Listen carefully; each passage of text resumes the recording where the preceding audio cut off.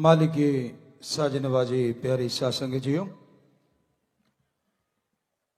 जो भी सासंगत सत्संग में आई है, जो भी जीव चल के आए हैं, नशा छोड़ने आए हैं, बुराइयां छोड़ने आए हैं, राम नाम से जुड़ने आए हैं, राम नाम सुनने आए हैं, आप सबका सत्संग में पधारने का तहे दिल से बहुत बहुत स्वागत करते हैं। जी आया नु खुशामदीद कहते हैं, मोस्ट वेलकम। मालिक का नाम सुखों की खान है, पर कैसे? आम आदमी सोचता है मैं क्यों जपूं प्रभु का नाम, मेरे पास गाड़ियां हैं, बच्चे हैं, घर है, अच्छा असर है, खाने को सब कुछ है, क्यों, क्या फायदा है राम नाम का? क्योंकि आज का इंसान फायदे के बिना कुछ बोलना नहीं चाहता और फायदे के बिना कुछ बताना नहीं चाहता, फायदे के बिना चलना नहीं चाहता और फायदे के बिना कई तो ऐसे सोना भी नहीं चाहते। उसमें भी फायदा हो तो कहता सो लेते हैं, हालांकि सोने में फायदा ही फायदा है। आदमी सोचता है कि अगर मैं राम का नाम लूं तो मुझे पता चले उससे क्या फायदा होगा। बहुत सारे फायदे हैं। शुरुआत आपके अकॉर्डिंग करते हैं। क्या फायदा है? क्या बिजनेस में फायदा होगा राम नाम से? जी हां, फायदा होगा। कैसे? कोई भी बिजनेस, कोई भी व्यापार तब बुलंदियों पे जाता है जब आदमी के अंदर हौसले बुलंद होते हैं, जब आदमी के अंदर आत्मबल, विल पावर होता है। तो हर बिजनेस में, हर व्यापार में अच्छे आइडियाज आते हैं, और अच्छे आइडियाज जब आ जाते हैं तो उनको लागू करने की एक हिम्मत होनी चाहिए, एक आत्मबल होना चाहिए। तो वो आइडियाज जैसे जैसे लागू होते जाएंगे, बिजनेस व्यापार बढ़ता जाएगा। तो आत्मबल होगा, बुलंद हौसले होंगे तो आप बिजनेस में तरक्की कर पाएंगे। देखने का नजरिया भी बदलेगा। ये गिलास में आधा पानी है, किसी को आधा खाली लगता है, किसी को आधा भरा लगता है, बस नजरिए की बात है। खाली लगता है इसका मतलब विल पावर डाउन है, और आधा भरा लगता है तो आत्मबल ज्यादा है। तो गिलास आधा भरा नजर आने लग जाएगा। तो कहने का मतलब आत्मबल जब जाग जाएगा तो बिजनेस में फायदा होगा। तो राम नाम के जाप से बिना किसी फीस दिए, बिना कोई टैक्स चुकाए आपका आत्मबल जबरदस्त तरीके से बढ़ेगा, तो बिजनेस में ऑटोमेटिकली लाभ हो जाएगा। क्या आत्मबल रिश्तों पे भी असर डालता है? क्या राम नाम मैं लूं, मेरे तो रिश्ते पहले ही ठीक हैं, क्या राम नाम लेने से रिश्तों में कोई फर्क आएगा? जी हां, आएगा। राम का नाम, ओम हरि अल्लाह वाहिगुरु गॉड का नाम जैसे जैसे आप लेंगे, आप में संयम आएगा, सहने की शक्ति आएगी, आपके दिमाग में शांति आएगी। और जिनके अंदर संयम होता है, आत्मिक मानसिक शांति होती है, वो कभी भी जल्दी उत्तेजित नहीं होते, जल्दी गुस्से में नहीं आते। और आज रिश्तों का सबसे बड़ा बैरी, सबसे बड़ा दुश्मन है गुस्सा।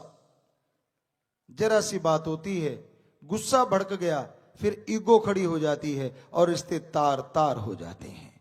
तो जैसे ही आप राम का नाम जपेंगे, आपका शरीर जो है, आपका दिमाग जो है शांति से भर जाएगा, संयम आ जाएगा।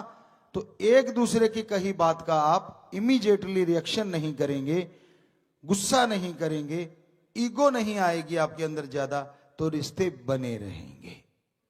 तो ये रिश्तों में भी काम करता है। क्या ये सेहत को फायदा पहुंचाएगा? मैं तो सेहतमंद हूं, मैं तो तंदुरुस्त हूं, मैं तो पहलवान की तरह हूं, मेरा बॉडी बिल्कुल फिट है, फिर मुझे क्या जरूरत है राम के नाम की? जरूरत है।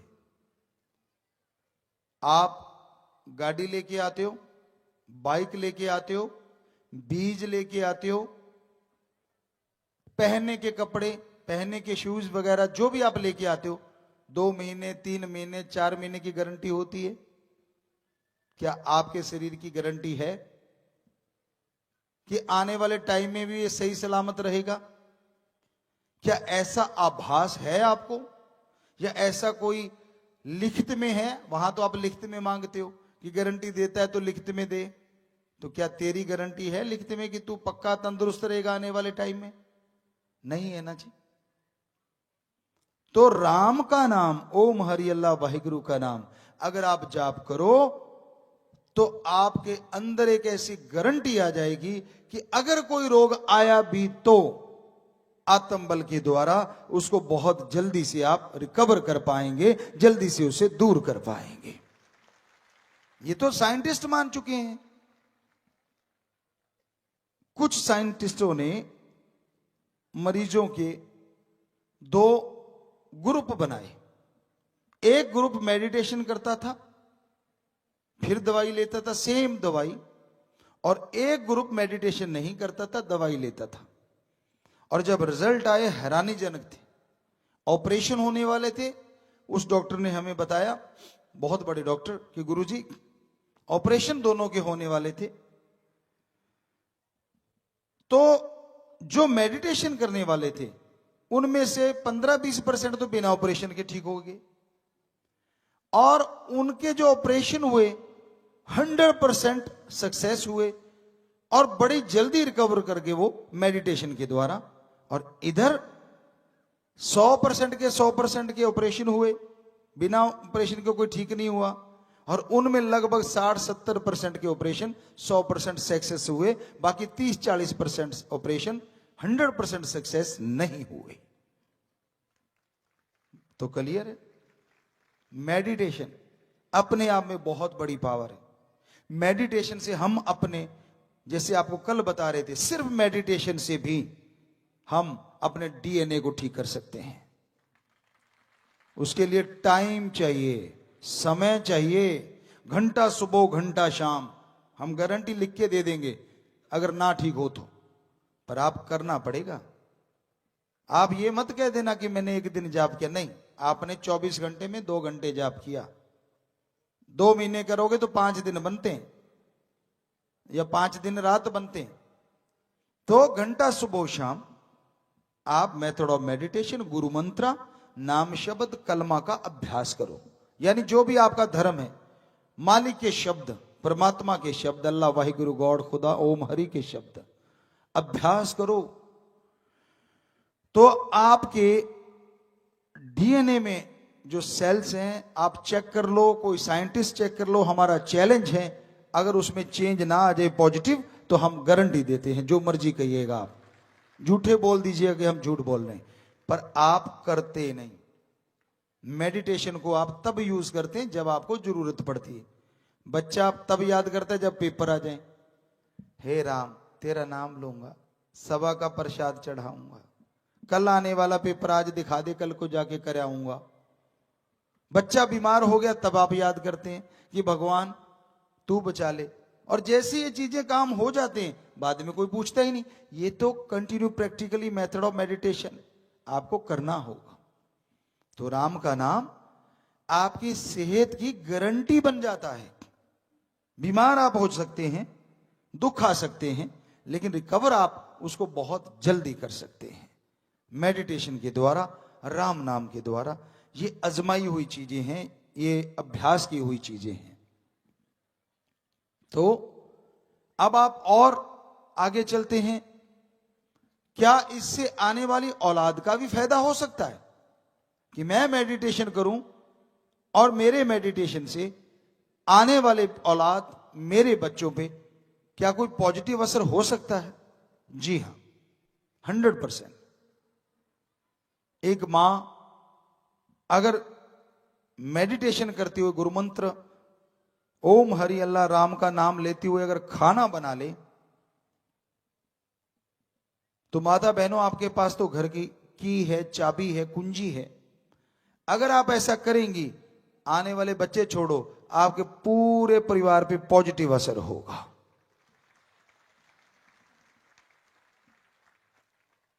धर्म में कहा है जैसा खाओ अन्न वैसा होए मन। साइंटिस्ट मान चुके हैं खाना खाते टाइम जैसी चीज आप देख रहे हैं, लड़ाई का, झगड़े के कोई सीन देख रहे हैं, तो नेचुरली आपके अंदर भी वो एक तरह की भावना बढ़ती जा रही है। तो इसलिए मेडिटेशन, गुरुमंत्र का जाप आपकी आने वाली पीढ़ियों पे भी असर डालता है। आप घर में मेडिटेशन, गुरुमंत्र का जाप करते हैं, एक पॉजिटिव वेव्स, एक ऐसी अदृश्य किरणें आपके घर के चारों तरफ फैल जाती हैं जो आपको हमेशा हौसला देती हैं, परिवार को हमेशा आत्मबल देती रहती हैं। तो सुमरन करने से, भक्ति करने से आपके अंदर ही शांति नहीं आती, आपके आने वाली औलाद, आपके आने वाले परिवार, आपके आने वाले समय का भी समाधान है प्रभु का नाम। तो आप उसका जाप कर सकते हैं, उसकी भक्ति कर सकते हैं।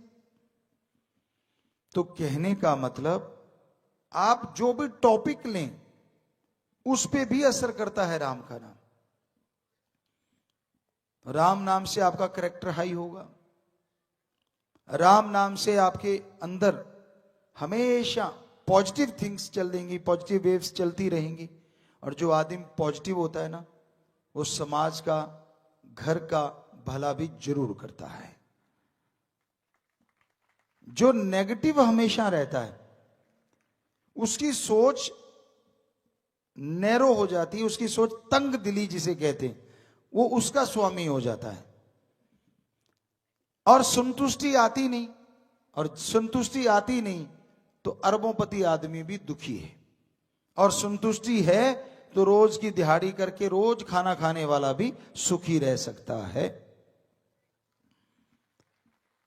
संतुष्टि का असल मीनिंग क्या है, मतलब क्या है? जो सीधी भाषा में बोले, जो आपके पास है उसका सुख लो, जो आपके पास नहीं है उसको पाने के लिए मेहनत करो, टेंशन ना करो, इसका नाम है संतुष्टि। हाथ पे हाथ धर के बैठने को संतुष्टि नहीं कहते। आप मेहनत करते रहो लेकिन टेंशन ना लो, जो आपके पास है उससे सुख लो और दो।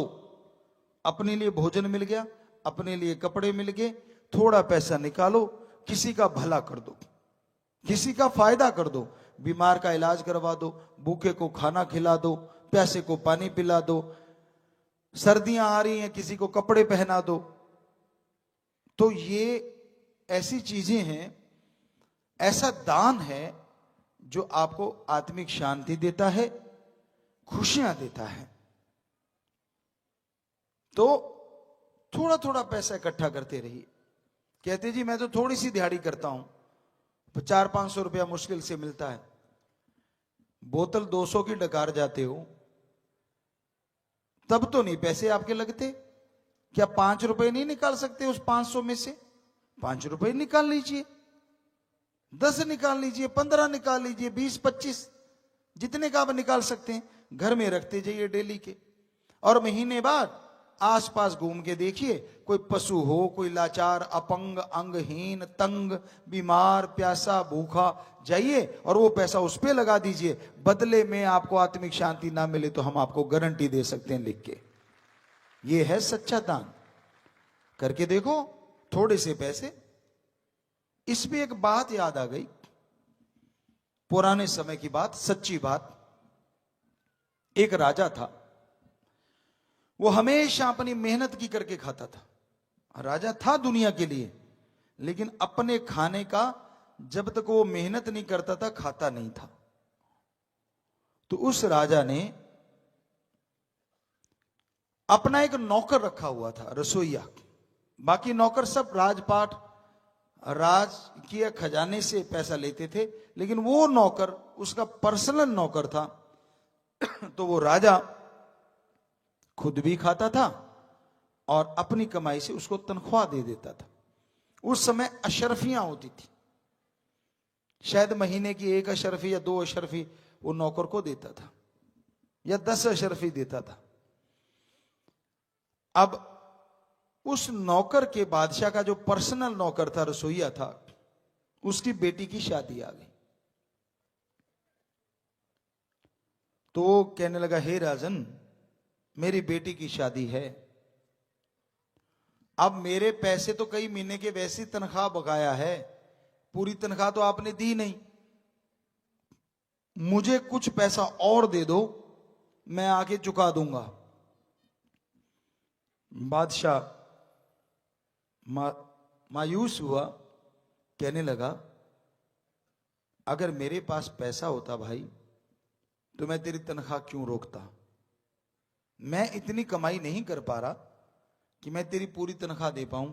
चलो मैं पेट काट के फिर भी तुझे ये 10 अशरफियां या 2 अशरफियां देता हूं, ये ले जा।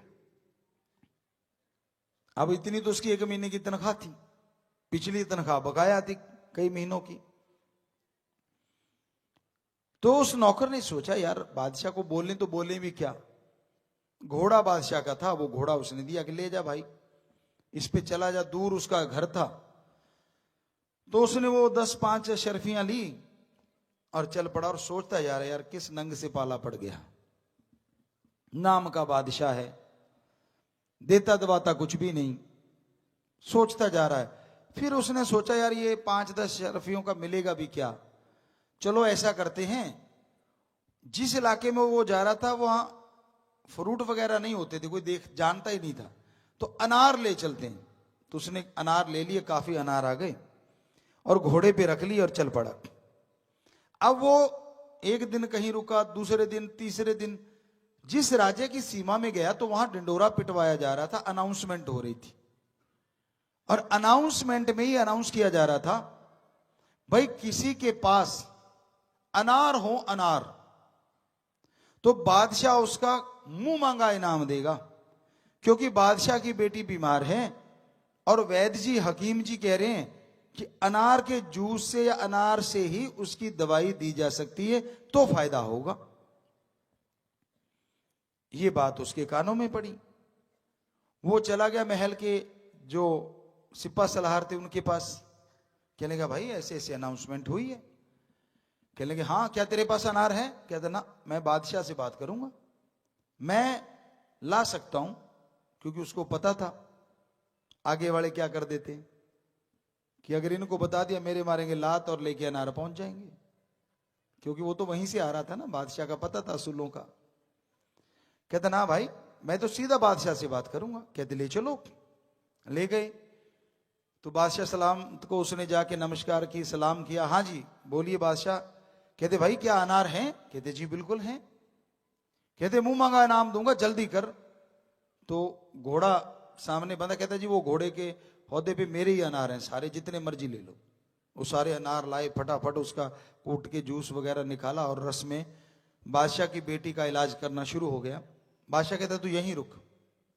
वो रुक गया, इलाज हो गया। 2-3 दिन में बच्ची बिल्कुल ठीक हो गई, शहजादी। बादशाह का खुशी का कोई ठिकाना नहीं रहा, क्योंकि वो कह रहे थे कि वो मर जाएगी अगर अनार का जूस ना मिला। उससे वो दवाई बननी थी। आपको कल भी बताया था कि बड़ी दवाइयां हुआ करती थी, ये हकीकत है। तो अब बादशाह बड़ा खुश हुआ, कहने लगा, बेटा बोल क्या चाहिए तुझे। कहता, बादशाह सलामत, जो आप दोगे वही ठीक है। कहते, नहीं तू कहां से आया, किधर जा रहा था, क्या है। कहता, जी मैं फलां जगह से आया हूं, मेरी बेटी की शादी है, ऐसे ऐसे करके, तो मेरे पास कुछ भी नहीं है, मैं तो गरीब बंदा हूं। कहने लगा, अच्छा बेटा। कहते, हाँ जी। कहते, ऐसे करो 2 रथ ले आओ। 2 रथ सोने चांदी हीरे जवाहरात के माला माल कर दिए, भर दिए। 1 रथ दे दिया, कहते इस पे चढ़ के जा, घर तक पहुंच जा। अब उस नौकर को याद आई अपने बादशाह की। बादशाह कहा करता था, उसे वापस कहते ना फ्लैशबैक में चला गया, आपकी भाषा में बोले, आज की भाषा में, कि बादशाह कहता था कि बेटा हक हलाल की एक अशरफी लाखों अशरफियों पे भी भारी पड़ती है। तो उसे वो याद आ गया कि मेरे को तो 10 अशरफियां मिली थी और ये 2 रथ भर के जा रहे हैं और एक रथ, और क्या धूमधाम से शादी। आप सोच लो आगे क्या क्या किया उसने। तो कहने का मतलब, मेहनत की करके खाते हो तो टेंशन छोड़ दो। मेहनत बुरी नहीं है, चाहे आप मजदूरी करते हो, रेहड़ी लगाते हो, चाहे चौकीदारी करते हो। मेहनत मेहनत है और वो रंग जरूर लाती है जो हक हलाल की कड़े परिश्रम की कमाई होती है। बेईमान ठगी की कमाई किसी को चैन से सोने नहीं देती। कबीर जी के वचन, माया होई नागणी जगत रही डहकाए, जो इसकी सेवा करे उसको ही ये खाए। पाप जुल्म की कमाई, ठगी बेईमानी की कमाई कभी फलती फूलती नहीं। आप अमीर हो जाओगे, बहुत बड़े बन जाओगे, लेकिन अगर रात को ढंग की नींद नहीं आई और दिन को चैन नहीं आया तो क्या फायदा उस कमाई का, क्या फायदा उस सोना चांदी का, हीरे जवाहरात का। और दूसरी तरफ एक फावड़ा चलाता है, वहीं खाना खाता है। इतने बड़े बड़े भेले डग्गल होते हैं, डले होते हैं, पत्थर होते हैं, उन पे सो जाता चद्दर बिछा के, और ऐसा सोता जैसे कहते हैं ना घोड़े बेच के सो गया, बेफिक्री की नींद। सुबह तब उठता है जब सूरज निकलता है। अब बताइए सुखी कौन है? एक को नींद ही नहीं आ रही, मखमल के बिस्तर हैं, करबट बदली यूं, दूसरी करबट यूं, या फिर इंजेक्शन लगवाता है नींद आ जाए, या टेबलेट लेता है। सब सुविधाएं हैं, ना ढंग की नींद, ना दिन को चैन, टेंशनों में मरा रहता है। इधर से ना कुछ हो जाए, इधर से ना कुछ हो जाए, उधर से ना कुछ हो जाए। तो ये धर्मों की देन है, मेहनत की करके खाओ और उसका कुछ हिस्सा दीन दुखियों की मदद में लगाओ, तो यकीन मानो आत्मिक शांति संतुष्टि आएगी, और मेहनत करते जाओ तो माला माल भी हो जाओगे। अपना अपना नजरिया है। कईयों को बड़ी बड़ी कारें या फिर जहाज या हेलीकॉप्टर या ये चीजें बड़ी अच्छी लगती हैं कि यार उनके पास इतना कुछ है, इतना कुछ है। ऐसे लोग भी हमसे मिले, बड़े बड़े लोग, नाम नहीं लेंगे हम, अपने देश में नंबर रखने वाले धनाड़ों में। उनसे चर्चा हुई, कहते गुरुजी सब कुछ है पर रात को नींद, दिन को चैन नहीं आता और रात को नींद नहीं आती। हमने कहा भाई आप तो इतने बड़े हो, आप सीटी स्कैन कराओ, MRI जो भी होती है आप स्कैन करवाओ, विदेशों में जाओ इलाज करवाओ। कहते गुरुजी सब करवा लिया, लक्ष्मण झूले की तरह हमारे बिस्तर हैं, मखमल के गद्दे, पता नहीं क्या क्या ऐशो आराम उन्होंने बताया, सब कुछ है, पर रात को नींद नहीं आती और दिन को चैन नहीं आता। तो हमने सीधा कहा बुरा नहीं मानोगे? कहते नहीं। तो हमने कहा भाई आपने जो पैसा कमाया है लोगों का खून चूस के कमाया, उनकी बद्दुआएं, उनके वो दुख से निकले हुए श्राप आपके साथ हैं, तो चैन और नींद आएगी कहां से? कहता गुरुजी ये तो सच है। कई लोग सच भी बोल देते हैं। कहता मैंने कभी नहीं सोचा किसके साथ क्या हो रहा है, मैंने तो सबके सिरों पे कंधों पे पैर रख रख के अपना नंबर बनाया कि मैंने धनाड़ बनना है। तो कहता इसका सोल्यूशन क्या है? हमने कहा राम का नाम, और जिनका तूने खून चूसा है ऐसे ही गरीबों का भला कर दे, अंगहीन अपंगों का साथ दे, हो सकता है राम जी कृपा करके तुझे माफ कर दें और तुझे ढंग की नींद आने लग जाएगी। 1 साल बाद वो सज्जन हमें मिला, चेहरे का रंगत अच्छा था, बदला हुआ था, बड़ा खुश था। हमने कहा क्या हुआ? कहता गुरुजी रात का इंजेक्शन तो छूट गया, नींद आने लग गई है, और कहता दिन को भी काफी चैन रहता है, टेंशन फ्री हो गया हूं। जब से आपने बताया मैंने बहुत गरीबों का भला किया। हमने पता करवाया वास्तव में उसने बहुत भला किया। तो ये एक रिजल्ट है। अगर आप सुखी रहना चाहते हो, शांति की जिंदगी जीना चाहते हो, लोभ लालच के पीछे मत पड़ो। अरे एक महान बंदा वो ही होता है जिसे पूरा इतिहास हमेशा याद रखता है, जो पूरे समाज के काम आ जाए। उन्हें कोई याद नहीं रखता जो धनाड़ हो के गुजर गए, लोगों का खून चूस चूस के गुजर गए। जिनके सिक्के चला करते थे, आज नामो निशान नहीं, उनके परिवार कहां हैं। और जो संत भक्त महान पुरुष हुए, जिन्होंने समाज का भला किया, उन संतों का, उन पीर पैगंबरों का, उन गुरुओं का आज भी करोड़ों दिलों में वास है, आज भी करोड़ों दिलों में सत्कार है। मर्जी आपकी, जिंदगी आपकी, बताना हमारा काम। हम एक चौकीदार की तरह हैं, कोई मान बढ़ाई नहीं है। ऊंचा इसलिए बैठना पड़ता है, यह मनोदशा होती है। हमने पढ़ा है विज्ञान, बोलने वाला नीचे बैठेगा तो सारे खड़े हो जाएंगे, किधर बैठा है, कैसा है, नेचुरली आदत होती, बोलने वाला दिखना चाहिए, तो इसलिए ऊंचा बैठते हैं। दूसरा, हमारे धर्मों में लिखा है, कलयुग में जो राम नाम में आके बैठेंगे वो देवी देवताओं की तरह होंगे, बहुत अच्छे लोग होंगे, जो भक्त होंगे, तो हमें उनके भी दर्शन करने होते हैं।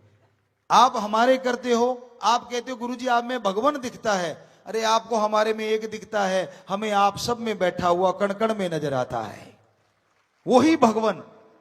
तो नजरिया है, आपको इधर हमें उधर, दिखता वो हर जगह है। तो और कोई मान बढ़ाई नहीं है हमें, हमारा मकसद समाज का भला करना है, क्योंकि मालिक की जो औलाद है वो एक संत की औलाद होती है। इसलिए यही चाहते हैं कि सबका भला हो, मालिक सबका भला करे। तो भाई वहीं पे आते हैं, राम नाम से क्या फायदे होते हैं, तो ये शिक्षा मिलेगी, ये फायदे मिलेंगे। अभी तो बहुत सारे हैं, जितने गिनाते चलेंगे, आप सवाल करते जाओ, हम आपको राम नाम से ही उसका हल बता देंगे। जो आपका दिल करे सवाल बता दो, जो आपकी दिल करे परेशानी बता दो। राम नाम सारी दुनिया की सारे परेशानियों का एकमात्र हल है, जो अनमोल होते हुए भी बिना मोल मिलता है संतों के दरबार में। नहीं तो हर चीज का मोल है। मुझे कोई गुण आ गया, मुझे कोई तरीका आ गया, मैं नहीं बताने का, पर संत ऐसे होते हैं, उनको जो चीज सीख ली वो सबको बताते हैं कि मुझे सुख मिला, ले मैं तुझे बताता हूं तेरे को भी सुख मिले। वरना तो राम नाम का जितना मर्जी पैसा ले लो, पेटेंट करवा लेंगे, टैक्स लगा देंगे, भाई नशा छोड़ना है तो इतना पैसा लगेगा, और भाग के देंगे आप कि यार 6 करोड़ का छूट चुका है इस राम नाम से। एज ए बिजनेस अगर आप सोचो तो सोच के देखो आप जरा, तो लाखों रोज छोड़ते हैं, 1-1 रुपया भी टिकट रख दी, जब 5-5 भी रख दी तो सोचो लाख के कितने बन गए। नहीं नहीं नहीं, संत ही एक ऐसे होते हैं, और कोई महान नहीं होता, कोई महान नहीं होता, हर कोई अपने पर्सनल जिंदगी से जुड़ा है। संत एक ऐसे होते हैं, वो सोचते हैं कि ये शब्दों से सबका भला हो रहा है, तो उसको फ्री में बांटो राम का नाम, क्योंकि वो उसके नौकर होते हैं, भगवान के नौकर होते हैं। भगवान उन्हें भेजता है एक सेवादार बना के, ताकि समाज की सेवा कर सके। वरना किसी को कोई गुण आ जाए, मुश्किल है, मुश्किल है कि वो समाज भले का ही सोचे। तो भाई राम का नाम ऐसी चीज है जो हर दुनिया के रोग की, हर परेशानी की, हर मुश्किल की, हर तकलीफ की एकमात्र ऐसी दवा, अनमोल होने के बावजूद बिना मोल के मिलती है। तो इसी टॉपिक को फिर से आगे बढ़ाएंगे अगले दिनों में। अगर कोई चर्चा करेगा, जैसे अभी वो आश्रम जिसकी चर्चा कर रहे थे कि हमारे धर्मों में थे, हमने सिर्फ एक आश्रम की चर्चा करी है अभी, वो था ब्रह्मचार्य आश्रम, गुरुकुल, जिसमें पढ़ाया जाता था। उसकी कई दिन चर्चा चली, तो आगे भी उसकी भी रखेंगे, बच्चे यहां लिख के रख देंगे दोनों चीजें। राम नाम के बारे में हमें बड़ा अच्छा लगेगा, हम यूट्यूब पे जुड़ जाएंगे। आप हमें भेजिए पहले सवाल कि गुरुजी इससे कैसे सोल्यूशन होगा, राम नाम से इसका कैसे सोल्यूशन होगा, तो 100% बिना टैक्स के हम आपको फ्री में एडवाइस देंगे। आप चलोगे तो 100% सोल्यूशन आएगा, 100%। राम नाम से, प्रभु के नाम से, ये हमारे पवित्र वेदों में, सब धर्मों के पाक पवित्र ग्रंथों में लिखा हुआ है, पर हम फायदा ही नहीं उठाते। हमने तो पढ़ लिया, अब पढ़ने बैठे तो ये होता है कि शुरू से लेकर आखिर तक जल्दी जल्दी पढ़ दें, बस पढ़ने वाले का काम ये, और सुनने वाले 2-4 ही होते हैं। बाकी चाय पी ली, लौंग इलायची खा ली, दूध पी लिया, चूरमा खा लिया, ये रगड़ दिया, वो रगड़ दिया, अच्छा राम नाम चल रहा है, हाँ चल रहा है, अरे वो तो चल रहा है, तू क्या कर रहा है?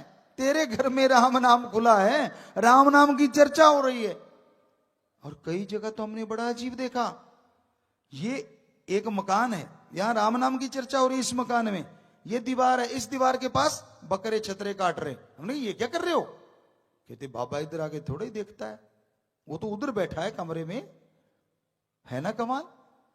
लानत ऐसे लोग की सोच पे, आदमी पे तो लानत नहीं डाल सकते, सोच पे बुराई बुरी होती।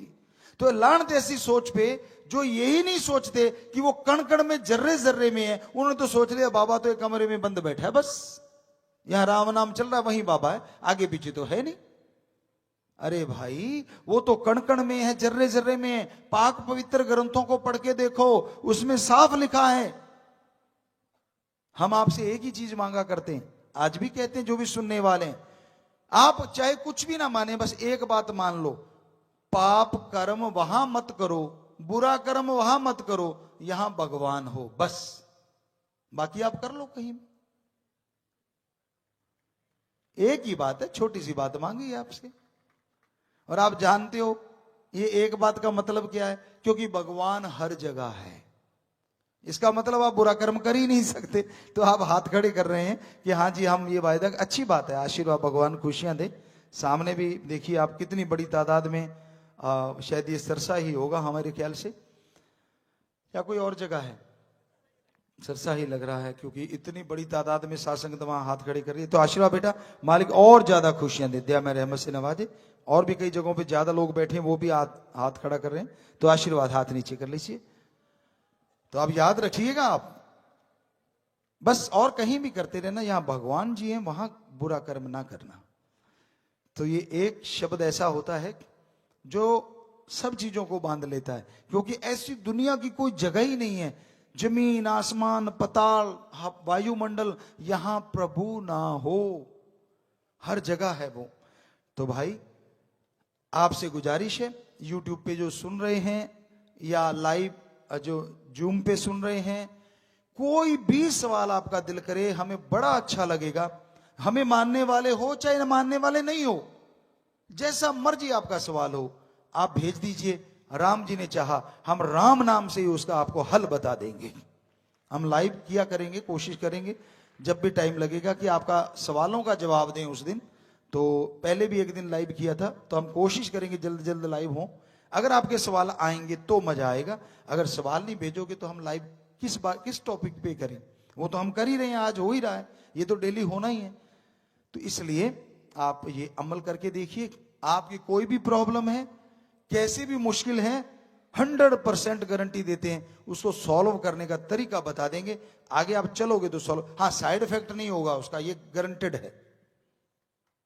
हर दवाई का साइड इफेक्ट होता है, कुछ ना कुछ हो सकता है आयुर्वेदा का कम हो, पर कहीं ना कहीं किधर ना किधर आने वाले टाइम में बड़ा मुश्किल होता है कि साइड इफेक्ट ना हो। पर चलो कोई ऐसी दवा होती होगी, क्योंकि एक सुना था, वह तो हंसने की बात है, पर कभी कभी हंस भी लेना चाहिए। कोई लड़का दिखाने गया, वो देखने वाले आए, उससे पूछा बिचौलिए से, लड़का कैसा है? कहता जी होम्योपैथी की दवाई जैसा है। अब उनकी समझ नहीं आई, कहते भाई खोल के बता। कहते फायदा नहीं करेगा तो नुकसान कुछ भी नहीं करता, अगर लाभ नहीं उठाता तो हानि भी नहीं करता, बेचारा सोया ही रहता है। तो बुरा ना मानना भाई, हमें नहीं पता होम्योपैथी की दवाई कैसी है, कल को कोई और मुद्दा खड़ा कर ले, हमें नहीं पता, ये तो एक मजाक, एक वैसे ही किसी ने हंसाने के लिए बोला था, तो वो चीज हमने आपको सुना दी। तो कहने का मतलब ऐसी चीजें हो सकती है, लेकिन ये गारंटेड है, राम नाम का साइड इफेक्ट ओम हरि अल्लाह वाहिगुरु के नाम का कभी नहीं होगा, और आपको सोल्यूशन भी जरूर बता देंगे। तो पूरे वर्ल्ड को ये हम चैलेंज के साथ कहते हैं, आप भेजिए तो सही अपना क्वेश्चन, हम आप उसका हल आपको जरूर बताएंगे। यूट्यूब से जुड़ जाइएगा हमारे वाले से, और आप उसमें भेजिए हमें लिख के या बोल के बता दीजिए, तो हमारे जो भी उसे देखते हैं चैनल को, उन सज्जनों से, उन बच्चों से हम कहेंगे कि जरूर वो सवाल निकाल लें और उसका जवाब हम जरूर देंगे। तो सबको आशीर्वाद आशीर्वाद।